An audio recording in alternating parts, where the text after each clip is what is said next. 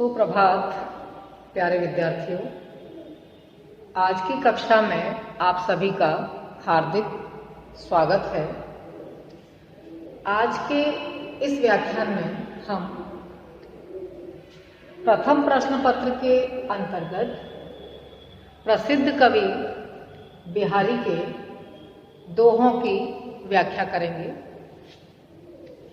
आज के इस व्याख्यान में हमने बिहारी के मुख्य रूप से 5 दोहों को चुना है, जिस पर हमारी चर्चा रहेगी। आइए हम सर्वप्रथम प्रथम दोहे से जो है प्रारंभ करते हैं और इससे पूर्व इनके शब्द अर्थ समझते हुए हम क्रमबद्ध तरीके से जो है हम आगे बढ़ेंगे।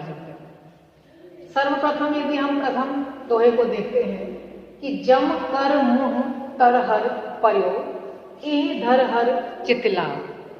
यहाँ पर जो है भक्त यानी भक्त बिहारी ही है, भक्त ईश्वर से निवेदन करता हुआ कहता है। जम तो यमराज के लिए, तरहर कहते हैं नीचे, पर्यो पड़ा हुआ है, धरहर विचार कर सोचना, उसके बाद यहाँ आया है चित्त। चित्त कहते हैं मन को। तृषा शब्द आया है विषय तृषा, विषय वासनाएं और तृष्णा। नरहर आया है तो नरसिंह, नर ईश्वर। यहां पर भक्त ने अपने मन को ही संबोधित करते हुए कहा कि जमकर मुँह तरहर पर्यो एह धरहर चितला, कि तुम इस बात पर अपने मन में विचार करो कि तुम यमराज रूपी हाथी के नीचे पड़े हुए हो या उसके नीचे दबे हुए हो। विषय तृषा परिहर, इसलिए अब तुम्हें यह स्पष्ट रूप से समझ लेना चाहिए कि यह स्थिति आपकी क्यों हुई, क्योंकि आपने जो है विषय वासनाओं और तृष्णाओं को जो है अपने साथ बांध रखा है। इसलिए अजान अभी भी नरहर के गुण गा, तुम अभी भी हे मेरे मन इन विषय वासनाओं और तृष्णाओं का त्याग करो और नरहरि यानी ईश्वर के गुणों का सदैव तुम गुणगान करो, तभी तुम इस जीवनचर्या के विभिन्न दुखों से जो है मुक्त हो सकते हो। दूसरा जो उदाहरण आया है इसमें कि तोपर वारा उर्वशी सुन राग के सुजान, तू मोहन के उर्वशी व उर्वशी समा। यहाँ पर जो है उर्वशी शब्द जो है 3 बार आया है। सुजान शब्द कहते हैं चतुर को कहते हैं, जो है चतुर। अब उर्वशी आया है तो स्वर्ग की अप्सरा।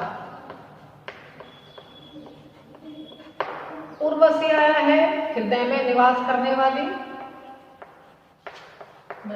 निवास करने वाली। तीसरा उर्वशी आया है आभूषण।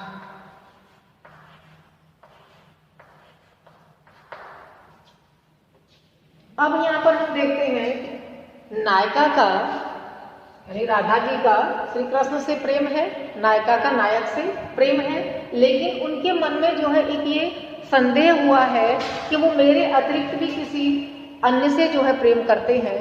तो यहाँ पर जो है नायिका की सखी नायिका को समझाते हुए कहती है कि तोपर वारा उर्वशी, हे प्रिय चतुर राधा, आप तो स्वयं इतनी सौंदर्यशालिनी हो कि मैं तुम्हारे सौंदर्य पर तो स्वर्ग की अप्सरा को भी न्योछावर करती हूँ।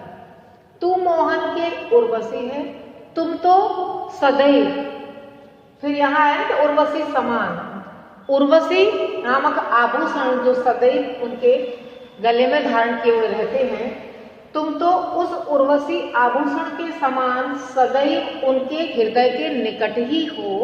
यदि तुम हृदय के निकट हो तो फिर तुम्हारे अतिरिक्त उनके हृदय में यानी नायक के हृदय में तुम्हारे अतिरिक्त कौन अन्य स्थान ले सकता है। यह ऐसे सखी ने जो है नायिका को जो है स्पष्ट किया। के पश्चात जो तीसरा उदाहरण है कि कहत नटत रीझत खिजत मिलत खिलत लजियात भरे भवन में करत है नैनन ही सब बात। भवन शब्द कहते हैं भवन या महल को भी कह देते हैं, भवन या महल। नैनन नेत्रों के लिए आया है। यहां पर जो है नायक और नायिका गुरुजनों के संपर्क में, यानी वहां पर गुरुजन और बड़े लोग विराजमान हैं। वहीं पर नायक और नायिका जो है प्रेम भरी कुछ वार्तालाप करना चाहते हैं, लेकिन उनके समक्ष अपनी वाणी से उस विषय को प्रस्तुत करें वो उनके लिए असमर्थ है। ऐसी स्थिति में वो नेत्रों की अंग भंगिमा के माध्यम से ही अपने क्रियाकलाप जो करते हैं उनका चित्रण यहाँ पर किया गया है कि कहत नटत, नायक ने नायिका से प्रेम से संबंधित किसी क्रियाकलाप से संबंधित वार्तालाप कहा, यानी कुछ कहा संकेत के माध्यम से। नटत, जब यह बात नायिका को समझ में आई, क्योंकि जब प्रेम संबंध है तो उनकी बात एक संकेत के माध्यम से समझ आई, तो नटत कहते हैं इनकार कर देना। तो यहाँ पर नायिका ने नायक की बात को इनकार कर दिया। जब इनकार करा तो नायक जो है उस पर रीझ उठा, यानी वो मुग्ध हुआ। जब वो मुग्ध हुआ तो नायिका को ऐसा लगा कि मैंने इनकार कर दिया, फिर भी जो है नायक मुग्ध हुआ और मेरी बात को मतलब जो है किस तरीके से वो समझ रहा है इस बात पर वो झुंझला उठी। खिजत आया है शब्द जो है कि खिजत, यानी वो खींच उठी। मिलत खिलत लज्जा, ऐसी स्थिति में जो है जब वो खींच उठी तो उसकी उस खींचने की प्रणाली से ही क्या है कि नायक का जो है मिलन हुआ, यानी वो उसकी खींच को भी उसको अच्छा लगने लगा और मिलत, दोनों के नेत्र आपस में जो है मिले, यानी उनके जो विषय जो मन में चल रहा था वो आपस में दोनों का जो है मिलन हुआ। खिलत, तो दोनों ही एक दूसरे से जो है प्रसन्न चित्त होने लगे और प्रसन्न चित्त होने के बाद दोनों के मन में ही जो है लज्जा का भाव जो है समाहित हो गए। आगे आए तो बड़े भवन में करत है नैनन हूँ सब बात। इस प्रकार से जो बड़े व्यक्ति वहां पर गुरुजन और श्रेष्ठ व्यक्ति विराजमान है उनके मध्य अपने प्रेम से संबंधित संपूर्ण वार्तालाप को नायक और नायिका ने अपने नेत्रों के माध्यम से ही कह करके पूर्ण कर लिया।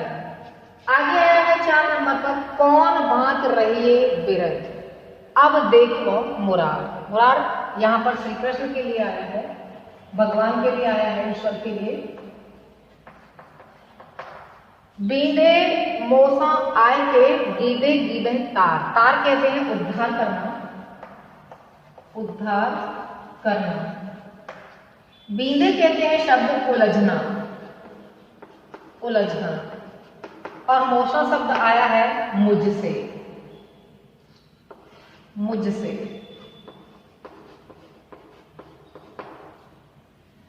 देखो अब यहां पर हम देखते हैं कौन भांत रहिए बिरध अब देखो मुरा। बिरध शब्द आता है यश के लिए, जो है जो प्रशस्ति आपने पाई है, या तो यश कह सकते हैं या फिर प्रशस्ति।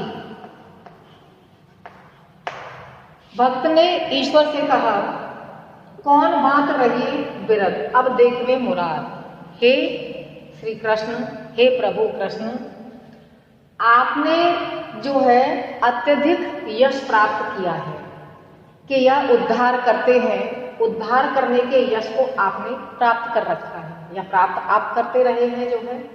लेकिन मैं अब यह भली प्रकार से, भली भांति आया कौन भांत, अब मैं इस बात को बहुत अच्छी तरीके से ये देखना चाहता हूं कि रहिए बिरध अब, कि अब आपने जो यश प्राप्त करने की जो प्रणाली अब तक अपने साथ जो है जोड़ रखी है या प्राप्त कर रखी है, अब वह आपकी किस प्रकार से आगे सुरक्षित रह सकेगी या आप उस यश को किस प्रकार से सुरक्षित रख सकेंगे कि मैं उद्धार करने वाला हूं। बीधे, क्योंकि अब तक क्या था, यहाँ आया है गिद्धे कार, आपने एक बार जो है गिद्ध को उद्धार कर दिया गिद्ध का, तो उससे आपका जो है यह स्थान बन गया या आपके साथ ये बात जुड़ गई कि आप तो उद्धार करने वाले हैं। लेकिन जिस गिद्ध का उद्धार किया था वो इतना पापी या इतना अधम श्रेणी का नहीं था, लेकिन बीधे आप इस बार जो है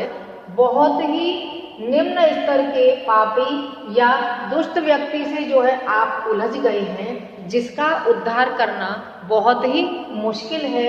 इसलिए जो है अब यदि आप मेरा उद्धार किस प्रकार से करेंगे या आप अपने उद्धार की उस प्रणाली को किस प्रकार से सुरक्षित रखेंगे, यह तो आप मुझसे उलझ करके और मेरा उद्धार करके ही आप इस बात को अपनी को यथावत रख सकते हो। क्योंकि अब आप जिसके उद्धार के लिए आगे बढ़ रहे हो वह व्यक्ति उद्धार करना उसका बहुत ही कठिन है और वह एक साधारण श्रेणी का जो है व्यक्ति नहीं है, वह बहुत ही अधम स्थान का यानी उसके बहुत ज्यादा पाप है। तो आप उसको किस प्रकार से मुक्त करेंगे। अंतिम जो है वह यहाँ पर आज हमने जो 5 दोहे लिए उनमें अंतिम है कि नहीं पराग नहीं मधुर मध, नहीं विकास इह काल, अली कली ही सौ बद्यो आगे कौन हवाल। हवाल कहते हैं हालात, स्थिति भी कह सकते हैं इसको जो है। विकास तो विकसित, इसके बाद पराग शब्द आया है तो मकरंद को कहते हैं मकरंद। मधुर मध शब्द आया है तो मीठा मकरंद, मीठा मकरंद। यहाँ पर सॉरी मकरंद की जगह पर पराग को जो है पुष्प रज हम कहेंगे, पुष्प रज। यह दोहा जो है बिहारी सतसई का बहुत ही महत्वपूर्ण दोहा है। ऐसा कहा जाता है कि बिहारी जब राजा जयसिंह के दरबार में रहा करते थे और जाते रहते थे, उनके संपर्क में थे, वो अन्य राजाओं के भी संपर्क में थे। लेकिन जब उनको ये पता लगा कि राजा जो जयसिंह हैं वह अपनी नवविवाहित पत्नी के प्रेम में इतने अधिक आसक्त हो गए हैं कि उन्हें किसी भी प्रकार के जो राज्य कार्य से संबंधित जो काम है उनके प्रति उनका किसी भी प्रकार का रुझान नहीं रहा है, तब कहते हैं कि बिहारी ने यह सुंदर दोहा उनको लिख करके भेंट किया था, जिससे कि राजा जयसिंह बहुत ही प्रभावित हुए थे।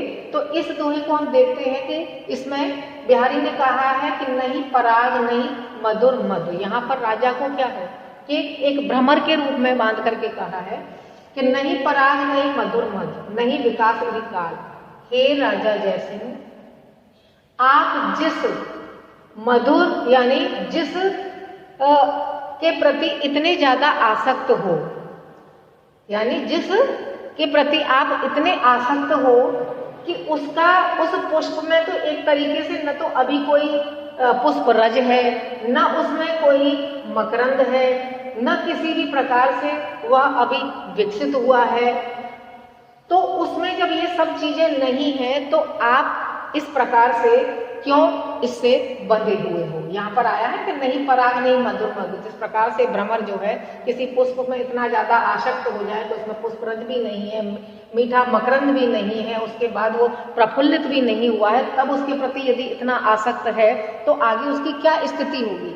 इस स्थिति के साथ उन्होंने दर्शाया है कि अगर उसमें, तो यहाँ पर हम उसको दूसरे अर्थ में इस प्रकार से भी जोड़ सकते हैं कि पुष्परज यानी उसमें किसी भी प्रकार का अभी पूरी तरीके से न तो विकास हुआ है और न ही जो है यौवन अवस्था के संपूर्ण गुण उसमें विराजमान है, न ही किसी भी प्रकार का जो है उसमें अभी विकास की ऐसी स्थितियां हैं कि जो हमें अपनी ओर बहुत ज्यादा आसक्त कर सकें। जब आप अब ऐसी स्थिति में ही यानी कली के रूप में ही है जब अभी, तो तब आपकी ये स्थिति है, तो जब वो पूरे पुष्प के रूप में जब प्रफुल्लित होगी तब आपकी क्या स्थिति होगी। तो यहाँ पर क्या है कि भ्रमर को जो है एक अली शब्द आया है तो यहाँ पर कली अली कली ही आया है, तो कली से जोड़ करके कहा है कि भ्रमर से यहाँ पर एक तारतम्य बिठाया है कि एक कली के प्रति यदि इतनी आसक्ति है तो पूरा पुष्प को जो है होने के पश्चात क्या स्थिति रहेगी।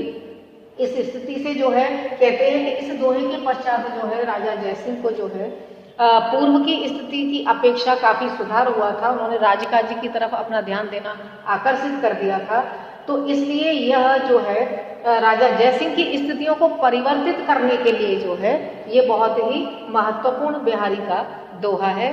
तो हम आज के इस व्याख्यान को जो है यहीं पर समाप्त करते हैं। धन्यवाद।